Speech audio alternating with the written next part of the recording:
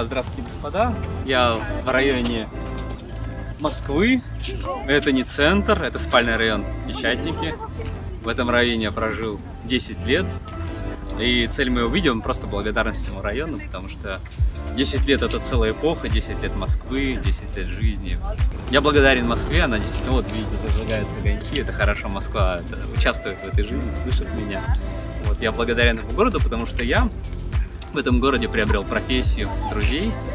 И, наверное, самое главное — это такую школу жизни, которую каждому человеку, желал бы пройти. То есть Москва — это школа жизни, это такой урок, который, не знаю, 1 год, наверное, как 10 лет, я за 10 лет 10 жизней, наверное, провел, потому что я здесь сменил разные ипостаси в своей жизни. Я был и инженером, и исполнителем, и учителем, и учеником.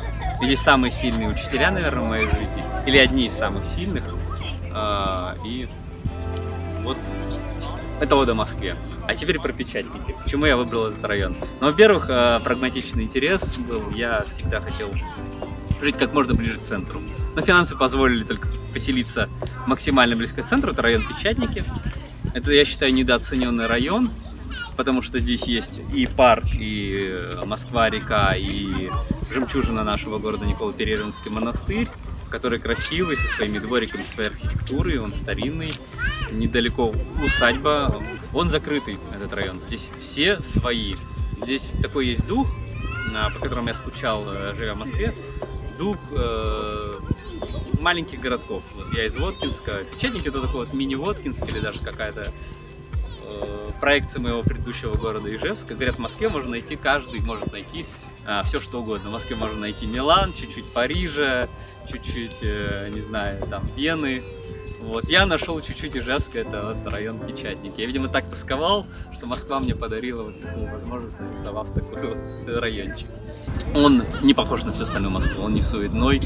Здесь люди не спешат, здесь абсолютно другие люди живут, они отличаются от большинства москвичей, люди, старающиеся не спешить, умеющие, наверное, наслаждаться. Ну, мне так показалось. Здесь большее количество друзей, наверное, у меня появилось именно в Печатнике, либо они здесь живут, либо они работают. Район Печатники строился под нужды завода АЗЛК. Вот, он строился, в основном развивался в 70-е годы.